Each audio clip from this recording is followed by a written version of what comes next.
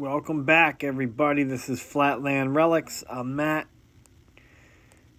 Tonight we're working on the Dodge WM300 Power Wagon front fender.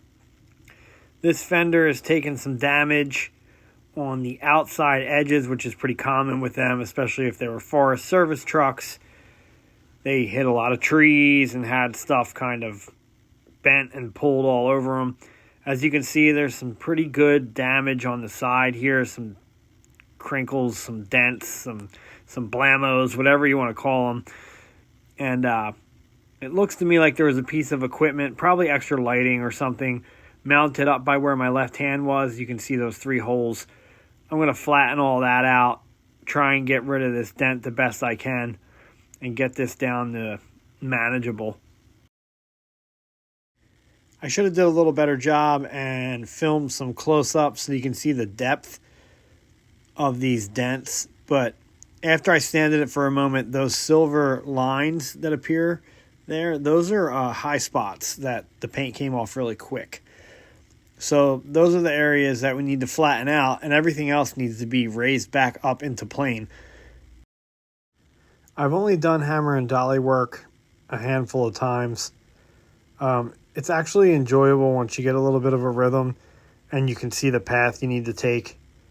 I definitely watch a lot of Carter auto restyling, and I watch some of the Road Alliance custom channel. Both of those channels do this type of metal work.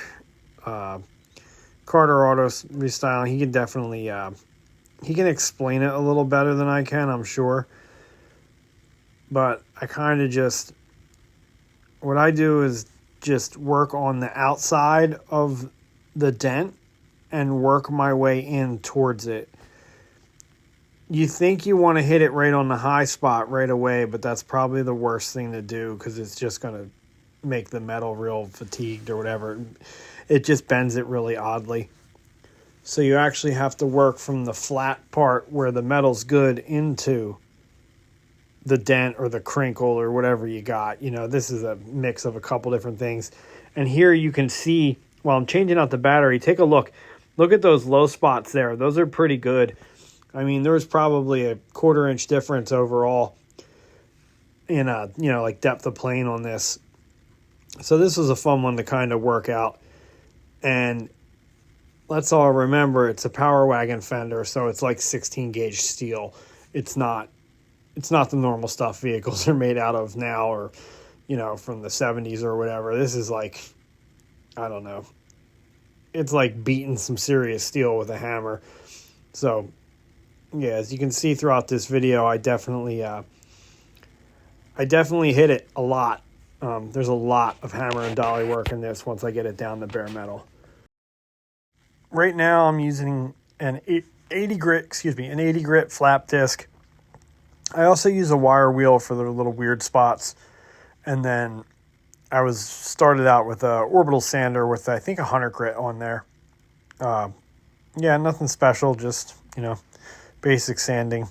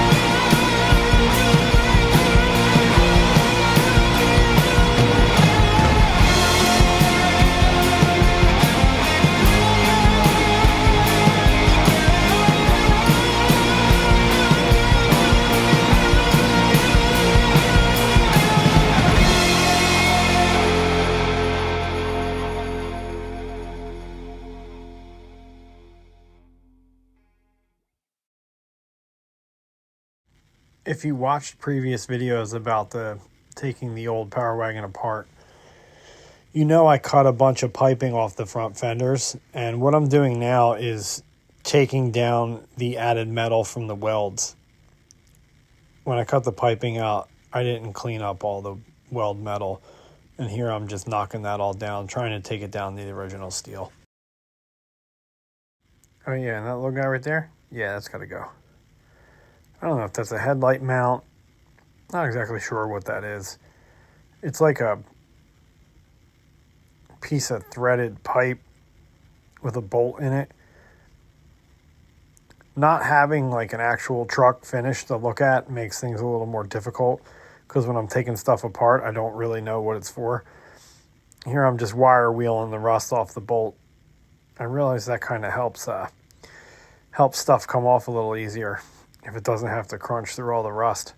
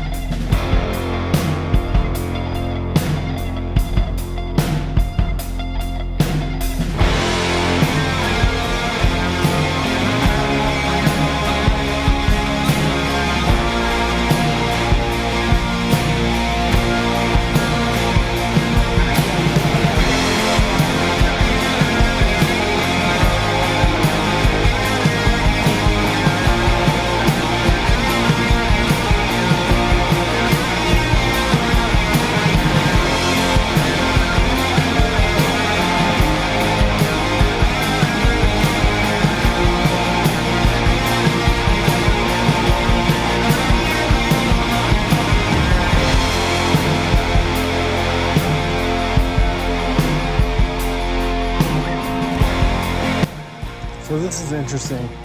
I found the little patch corner on this.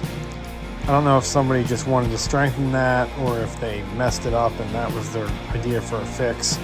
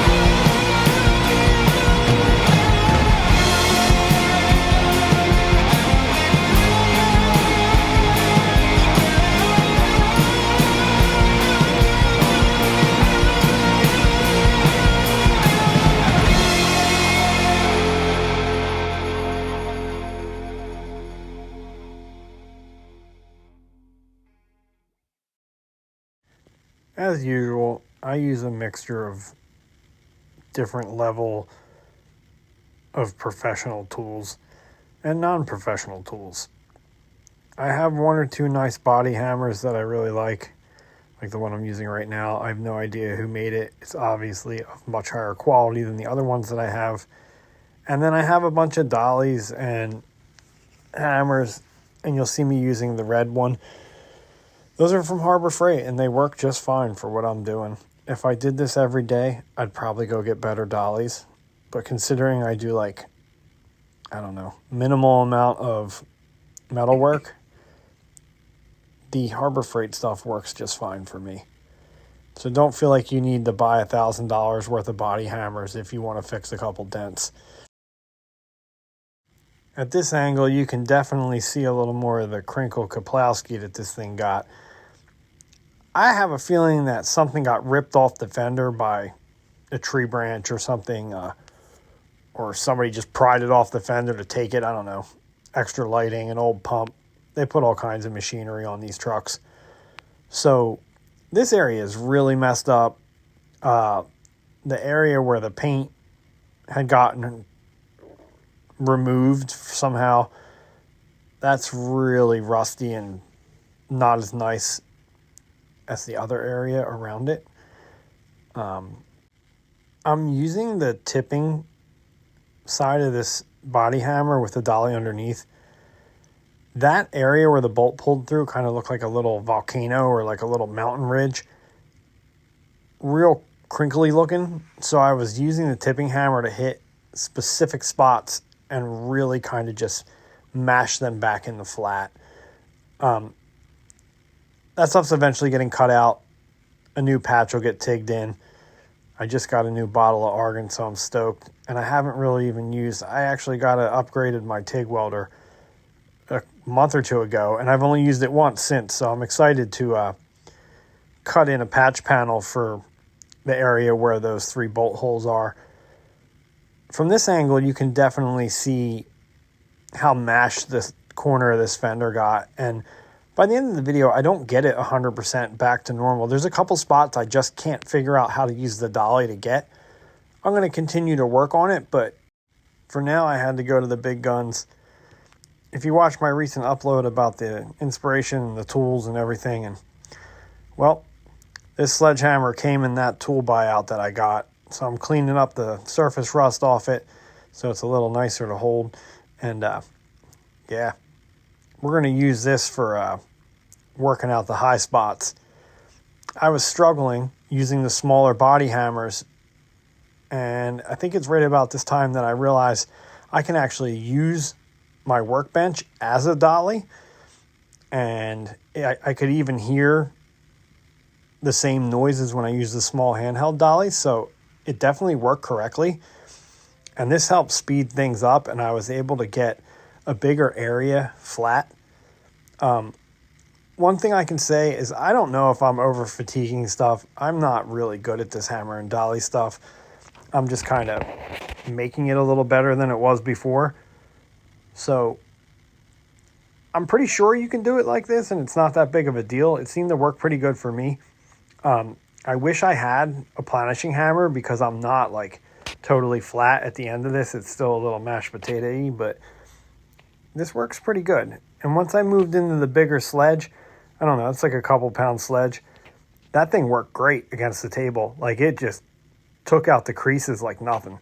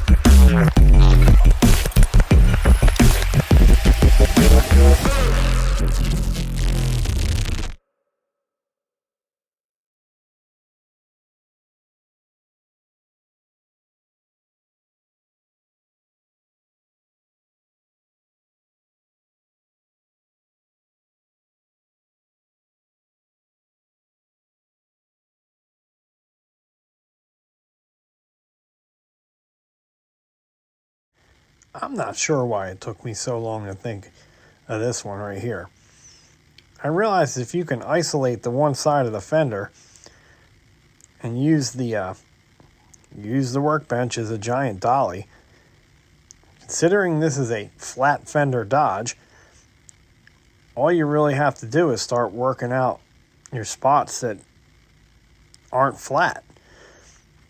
I had already worked on the big crease, the one furthest in from where the hit on the fender happened. And here I'm trying to get this edge to kind of come back to life here. The edge was a challenge because I've never done anything like that. And I'm not even 100% sure how I did it. I tried a few things, they didn't work. And then eventually I stand the fender up and just kind of take a square dolly and just work the side of the edge. And that kind of helped bring everything back also. Just sort of trying to add that original straight body line into the outside edge definitely helped.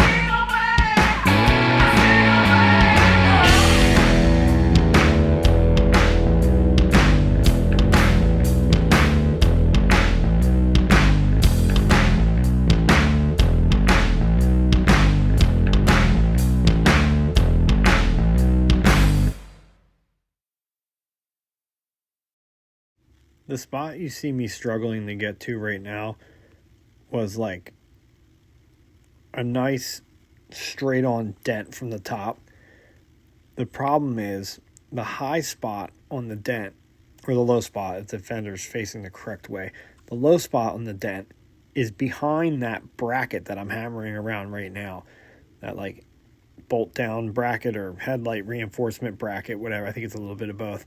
So that low spot I just have my finger on is right behind the corner of that bracket, which makes, right here is right there. So that makes it really difficult to be able to get to it because I can't get all the way around it and kind of work it out and work my way into the high point. So I did the best I could with that. That's going to require more work. I might have to take that bracket off and properly work the area. Here I'm trying to squeeze a piece of metal in under the bracket and then hammer it to try and use it as like a, to kind of like, as like the way a washer works. But yeah, it didn't really work.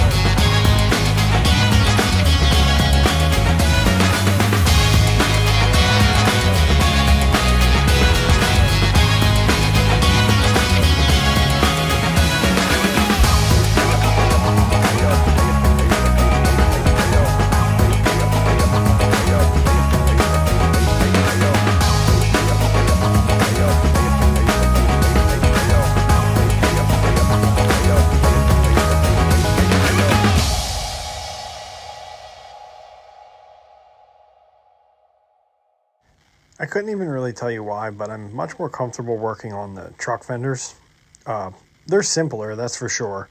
Everything on the car is a compound curve, and since I'm not very experienced, it's easier to just hammer away on these flat fender parts and kind of just get a feel for my hammer and dolly. The one area that I struggled with the hardest is there's a crease right by the part that's tipped, like the initial impact area, and that I couldn't get it all the way out. I smooth it out quite a bit, but there's a noticeable divot that I can feel with my hand the entire time. I mean, I worked on that for a while, probably longer than I should have, and just hit a point where I thought maybe I should stop and try and rethink it, come at it from a different angle. But back to what I was originally saying, I'm just more comfortable working on the Dodge panels for right now. I guess in the end, I feel like the truck can look a little rough and rugged, and the truck's probably just going to end up primered and kind of rat roddy looking anyway. So I'm not really concerned if it's perfect. I definitely want to continue on this fender. Like where I stopped, it's better than when I started, but it's not exactly where I want to take it to. It's still got a couple high points. We can work on that in another video though, kind of like really giving it some finishing touches. But even right here, you can see the major crease that was there is out, and that's a huge step for me. That this fender's like went from being smashed into usable, and would look good if we put a solid coat of primer on there and just left it that way. It would probably look pretty good, and that's the goal, you know. What did I say in the other video? I turn semi-okay beaters into grocery getters or something. I can't remember what I said, but yeah, that's kind of the point, you know. They're vehicles that we want to drive, so they can be a little messed up, but they got to be better than when we started.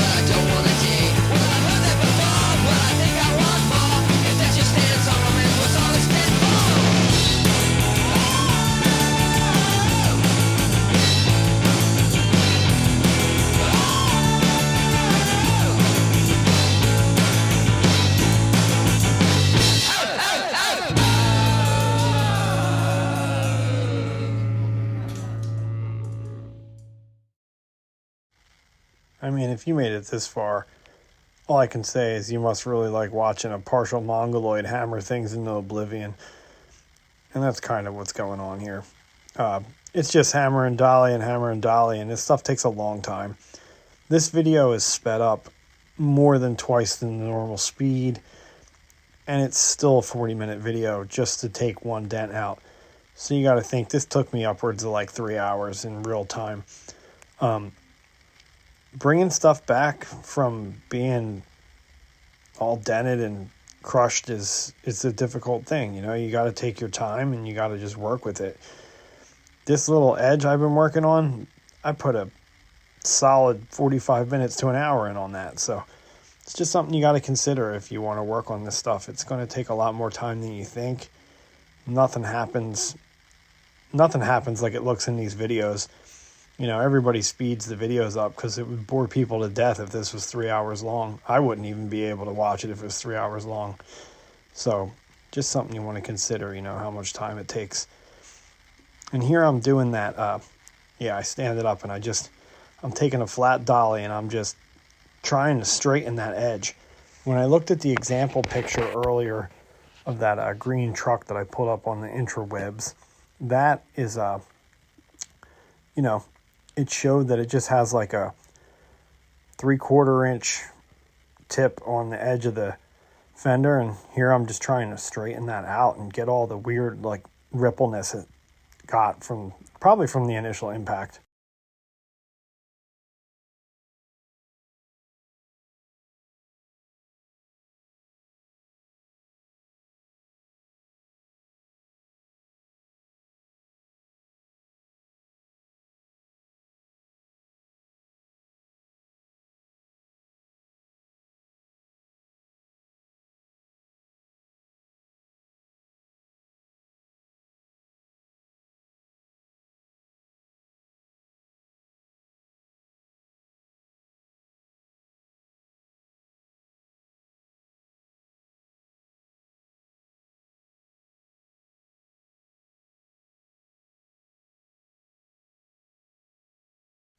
Also, I want to mention, you can't really tell, but when I'm using that mini sledge, I'm swinging that thing pretty good.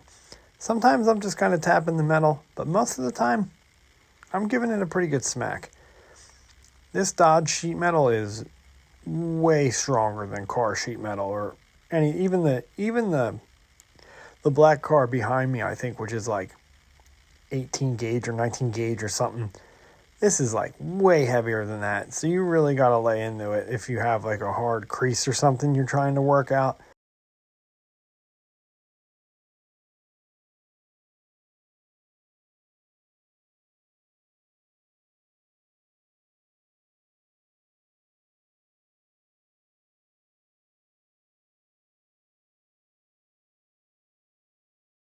I'm definitely going to have to do more research and figure out how to work that area it's right next to where they tipped it originally in the factory, or where they, bent it when they stamped it, or however they made the fender. It's probably stamped. Because that is the one part that was giving me the biggest amount of trouble, and it's still like a visible crinkle.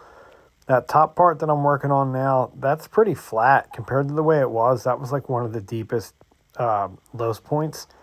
And that came out really nice.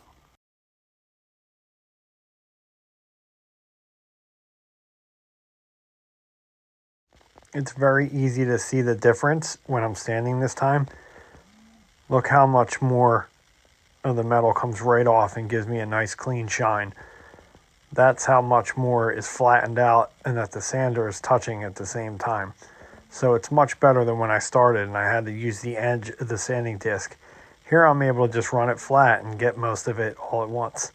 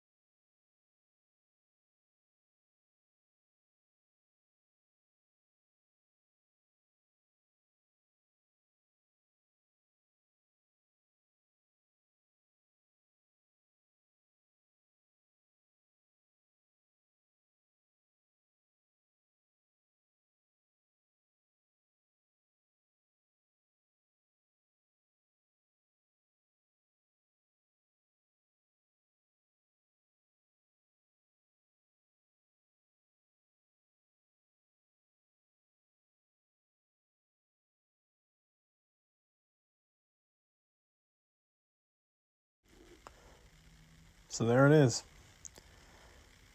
I'm just going to say today felt like a win for me. I'm glad about that. I hit it with a little oil just to wipe it down, make it look good, keep something on it overnight. You can see there's still some little ripples. I think we're going to need to do a little guide coat on this and come through and, really work with it. There's that one crease I couldn't get, but look at it overall. Overall, we're back to a much smoother finish. There is some spots. But up here, I'm really happy with this up here. That came out good. And we're going to remove all that rusted out section and just put a nice curved patch piece in there.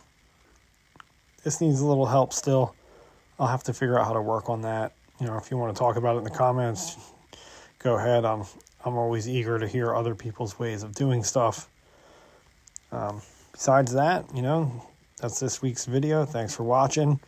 Catch you on the next one.